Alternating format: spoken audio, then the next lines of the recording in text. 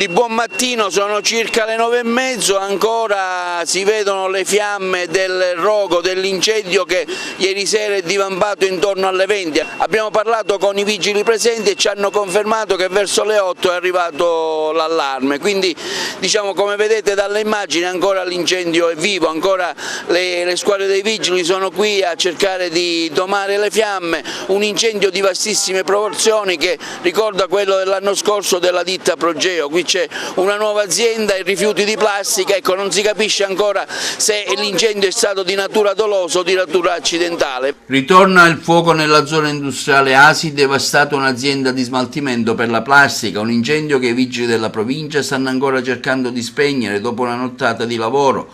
L'allarme è arrivato intorno alle 20 di ieri sera e così si sono tutti mobilitati, uno sforzo da alluggiare, visto anche che le fiamme erano visibili sin dalla strada provinciale adiacente per Palermo.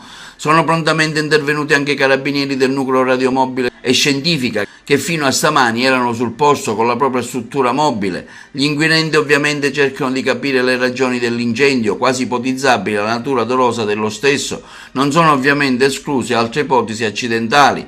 Le balle di plastica accumulate nell'atrio hanno anche sprigionato una nuvola di fumo in aria fino a spingersi nelle zone decenti di Aragone e Favara. Già in passato è avvenuto un altro incendio simile alla ditta Progeo circa 2 anni fa.